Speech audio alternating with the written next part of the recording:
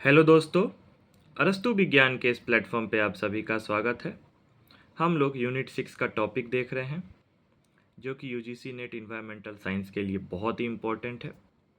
पिछले लेक्चर में हम लोगों ने पॉल्यूशन, एयर पॉल्यूशन, पॉल्यूटेंट, उसके कुछ टाइप्स के बारे में देखा और प्राइमरी और सेकेंडरी पॉल्यूटेंट्स को हम लोगों ने डिफ्रेंशिएट किया।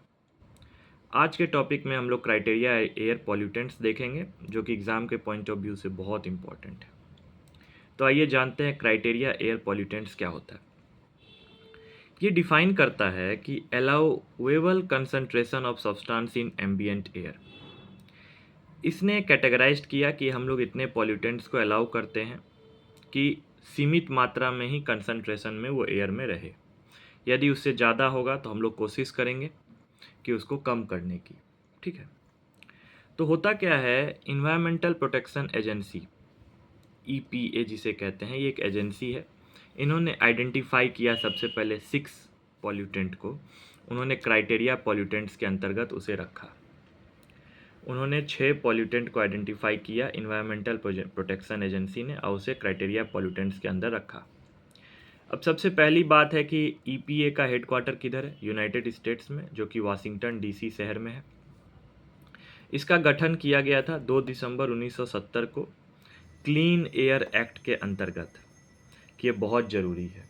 ये एक्ट निर्धारित किया गया था, क्लीन एयर एक्ट, उसके अंतर्गत 2 दिसंबर 1970 को इसे इस्टेब्लिश किया गया था इन्वायरमेंटल प्रोटेक्शन एजेंसी को।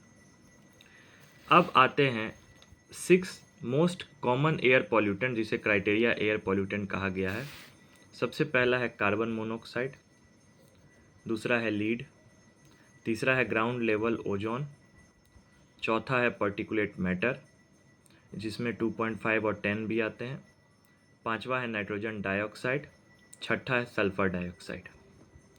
एक एक करके हम लोग इसको डिटेल में देखेंगे। उससे पहले कुछ महत्वपूर्ण बातें मैं आप लोग को बताना चाहता हूँ। EPA जो है वो उसने इस्टेब्लिश्ड किया national ambient air quality standard, जिसे हम लोग NAAQS के रूप से कहते हैं, for the criteria pollutant. In 6 criteria pollutant के लिए सबसे पहले EPA ने national ambient air quality standard set किया। जब हम लोग national ambient air quality standard पढ़ेंगे तो उसमें मैं डिटेल में बताऊंगा कि कितने अमाउंट ऑफ कंसंट्रेशन कोई भी पॉल्यूटेंट एयर में रहना चाहिए।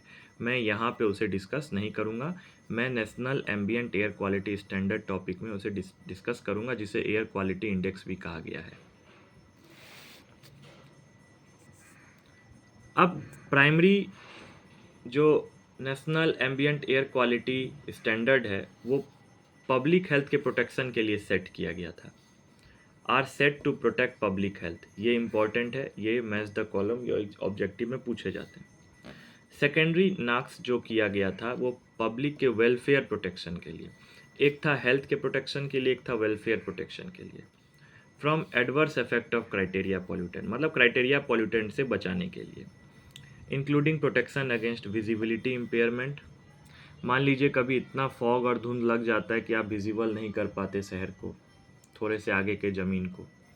और damage to animals, crops, vegetation और बिल्डिंग, इन सब चीज़ों से बचाने के लिए प्राइमरी और सेकेंडरी NAAQS का गठन हुआ, जिसमें प्राइमरी जो है वो पब्लिक के हेल्थ को प्रोटेक्ट करता है और सेकेंडरी जो है वेलफेयर प्रोटेक्शन में मदद करता है, पब्लिक के वेलफेयर प्रोटेक्शन में मदद करता है, जो इन सब चीज़ों से उन्हें बचाता है, चाहे एनिमल्स के डैमेज, खेती खलिहान इनके डैमेज, जितने भी प्लांट्स हैं इनके डैमेज, विजिबल इम्पेयरमेंट इनके डैमेज, इन सभी चीज़ों से प्राइमरी और सेकेंडरी NAAQS बचाता है।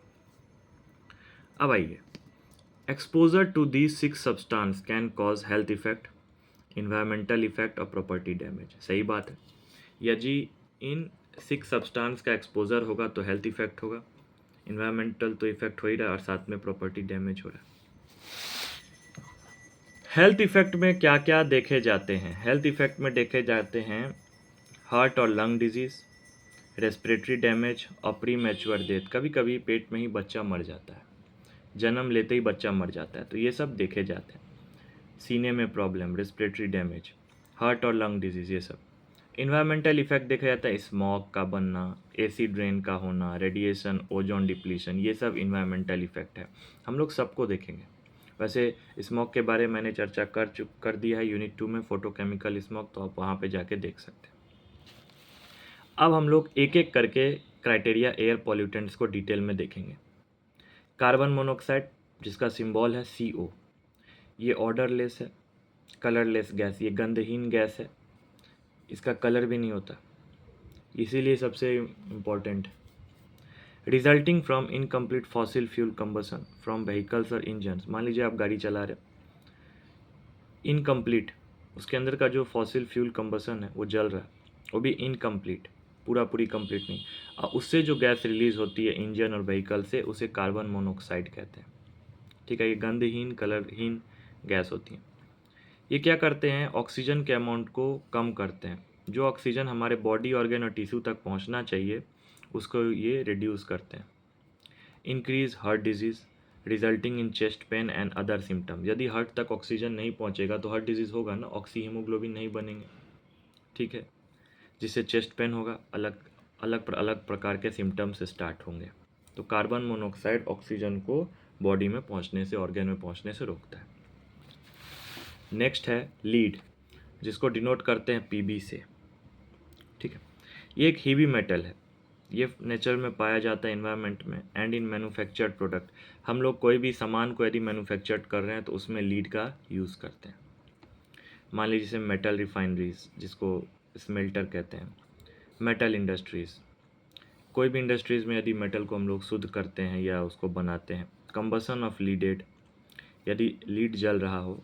गैसोलीन इन पिस्टन इंजन एयरक्राफ्ट, मान लीजिए एयरक्राफ्ट, उसके पिस्टन इंजन में गैसोलीन है, उसके साथ यदि लीड जल रहा हो तो वहाँ से उसका फॉर्मेशन होगा।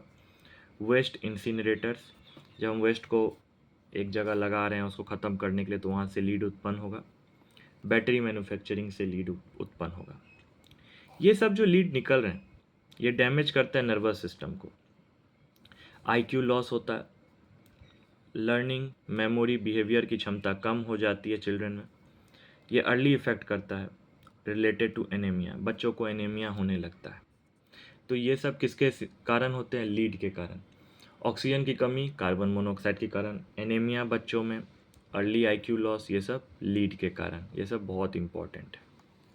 नेक्स्ट क्राइटेरिया एयर पॉल्यूटेंट पे आते हैं। ओजोन, ओजोन जो है स्ट्रेटोस्फीयर लेयर में पाए जाते हैं।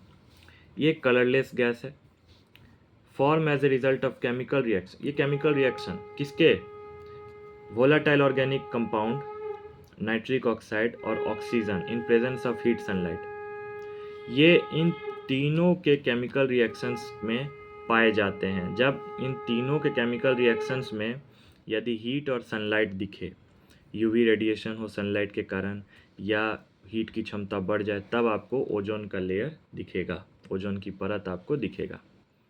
मान लीजिए ओजोन लेयर की परत यदि टूट गई या ओजोन आपके बॉडी के अंदर जा रहा है तो लंग फंक्शन को कम कर देगा, डिक्रीज़ कर देगा, रेस्पिरेटरी सिम्टम्स में आपको प्रॉब्लम पहुंचाएगा, जिसके कारण आपको कफिंग हो सकता है, सांस लेने की क्षमता घट सकती है, आपको अस्थमा हो सकता है, साथ में लंग डिजीज़ भी हो सकता है। तो ये सब चीज़ें किसके कारण आपकी बढ़ जाएगी, ओजोन यदि आपके बॉडी में पहुंच गया तो। कार्बन मोनोऑक्साइड ऑक्सीजन की कमी करवाता है। लीड एनीमिया का फॉर्मेशन करवाता है, बच्चों में IQ लेवल घटाता है, उसके बिहेवियर में चेंज लाता है।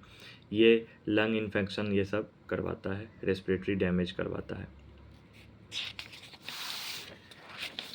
अब चौथे क्राइटेरिया एयर पॉल्यूटेंट पे हम लोग आते हैं, पार्टिकुलेट मैटर। ये बहुत ही इंपॉर्टेंट है, इसमें 2.5 भी है, 5 भी है, 10 भी है, लेकिन वो हम लोग डिटेल में बाद में देखेंगे। लेकिन यहाँ समझते हैं होता क्या है, ये मिक्सचर होते हैं। ठीक है, अब मान लीजिए सॉलिड हो, लिक्विड हो, लिक्विड तो एयर में रहते हैं, सॉलिड पार्टिकल्स यदि उस लिक्विड के साथ मिलता है तो पार्टिकुलेट मैटर का फॉर्मेशन करता है। तो सॉलिड और लिक्विड का मिक्सचर एयर के अंदर, एयर तो गैस है ही, तो तीनों का मिक्सचर होता है ये। फ्यूल कंबसन, फ्यूल का जलना, जैसे बर्निंग कोल, वुड, डीजल, यदि ये सब जलते हैं तो पार्टिकुलेट मैटर का फॉर्मेशन होता है। इंडस्ट्रियल प्रोसेस से ये निकलते हैं। यदि आप फार्मिंग कर रहे हैं, जैसे प्लगिंग, फील्ड बर्निंग, यदि आग लग जाता है खेत में तो वहाँ पे भी ये निकलते हैं। रोड कंस्ट्रक्शन यदि हो रहा है तो वहाँ पे पार्टिकुलेट मैटर का फॉर्मेशन होता है। ठीक, यदि शॉर्ट टर्म एक्सपोजर हुआ इसका तो ये हार्ट और लंग डिजीज कर सकते हैं, कॉज रेस्पिरेटरी प्रॉब्लम। यदि लॉन्ग टर्म एक्सपोजर हुआ तो प्री मैच्योर डेथ डायरेक्ट। थोड़े समय के लिए है तो आपको सिर्फ बीमारी होगा, हार्ट या लंग डिजीज, जो वो भी हानिकारक है शरीर के लिए, ऐसा नहीं है। यदि लॉन्ग टर्म एक्सपोजर हो गया तो आप ख़त्म हो जाएंगे। तो पार्टिकुलेट मैटर बहुत ही हार्मफुल होते हैं, इसको हम लोग डिटेल में देखेंगे बाद में। अब आते हैं नाइट्रोजन डाइऑक्साइड NO2। ये सबसे इंपॉर्टेंट है क्योंकि यहाँ से एक सवाल हमेशा पूछे जाते हैं। ये ब्राउनिश गैस होते हैं, वो लोग क्या थे, कलरलेस, लेकिन इसमें कलर होता है ब्राउनिश गैस। ये ऑटोमोबाइल्स और फ्यूल कंबसन, गाड़ी से ये निकलते हैं, उत्पन्न होते हैं। ये क्विकली बनते हैं when fuel is burned at high temperature. जब कोई भी फ्यूल जो हम लोग यूज़ करते हैं गाड़ी में, ऑटोमोबाइल में, यदि वो ज़्यादा टेम्परेचर पे बर्न करे तो कभी कभी देखिएगा ब्राउनिश गैस निकलते हैं, इसको नाइट्रोजन डाइऑक्साइड कहते हैं। यहाँ से लंग डिजीज़ होता है, respiratory symptoms, increase susceptibility to respiratory infection. अब मान लीजिए कोई भी गैस हो, वो सबसे पहले नाक या मुंह से ही हमारे बॉडी में जाएगा, तो फेफड़ा से होते हुए बॉडी में जाएगा, तो सबसे पहले प्रॉब्लम किसको होगा, तो रेस्पिरेटरी सिस्टम को। तो रेस्पिरेटरी इन्फेक्शन सभी गैसेस से होते हैं, इस बात को मान लीजिए। Nitrogen oxide contribute to formation of both ozone and acid rain. ये मैं डिटेल में आपको एक फार्मूला होता है वो मैं बताऊंगा बाद में कि नाइट्रोजन ऑक्साइड कैसे ओजोन और एसिड रेन के फॉर्मेशन में हेल्प करता है। यदि आपको कोई डायरेक्ट क्वेश्चन का है कि कौन सा गैस ओजोन और एसिड रेन के फॉर्मेशन में हेल्प करता है, कौन सा एयर पॉल्यूटेंट, तो nitrogen dioxide. Last, sulphur dioxide SO2, a highly reactive colourless gas. ये भी ऐसा गैस है जिसमें कलर नहीं है। Odourless at low concentration, low concentration पे इसमें से ये गंधहीन है, इसमें से सुगंध नहीं निकलते, but pungent at very high concentration. लेकिन यदि सल्फर डाइऑक्साइड ज़्यादा हो जाए तो बहुत भयंकर गंध निकलता है, बहुत भयंकर दुर्गंध निकलता है, उसको पंजेंट कहते हैं। लो कंसंट्रेशन पे यदि ये जलता है या निकलता है तो इसमें गंध नहीं होता, लेकिन हाई कंसंट्रेशन पे गंध होता है। SO2 कम्स फ्रॉम, ये भी फ्यूल कंबसन, स्पेशली सल्फर कोल। यदि सल्फर कोल जले तो वहाँ से सल्फर डाइऑक्साइड निकलता है। इलेक्ट्रिक का यूटिलाइज कर रहा है तो वहाँ से निकलेगा। यदि वॉल्केनिक एक्टिविटी हो रहा है तो वहाँ से निकलेगा। इसमें अस्थमा, ब्रीथिंग डिफ़िकल्टीज होते हैं। तो आज के लेक्चर में हम लोगों ने क्राइटेरिया एयर पॉल्यूटेंट्स को डिटेल में देखा। ये जो भी नोट्स मैं आप लोग के बीच लेके आ रहा हूँ ये बहुत ही महत्वपूर्ण है आपके एकेडमिक एग्ज़ाम के पॉइंट ऑफ व्यू से, यदि आप ग्रेजुएशन PG में इन्वायरमेंटल साइंस लिए हैं। साथ ही यदि आप किसी भी स्टेट लेवल की सेट की एग्ज़ाम की तैयारी करें तो वहाँ पे बहुत ही इंपॉर्टेंट है, और UGC नेट के लिए तो इम्पॉर्टेंट है ही। और जो सिलेबस है मैं उसके आधार पे टॉपिक आप लोग के बीच लेके आता रहूँगा। तो आप हमारे साथ अरस्तु विज्ञान के इस प्लेटफॉर्म पे बने रहें और मुझे कमेंट में बताएं कि आपको लेक्चर कैसा लगा, और जो मेरा हैंड रिटन नोट्स है ये आपको कैसा लग रहा है। ठीक है,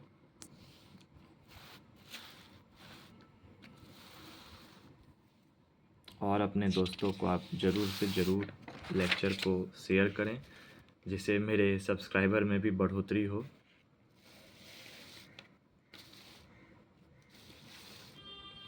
मैं ऐसे ही अच्छे लेक्चर आप लोग के बीच लेते आऊँगा। सो मिलते हैं नेक्स्ट लेक्चर में। Thank you.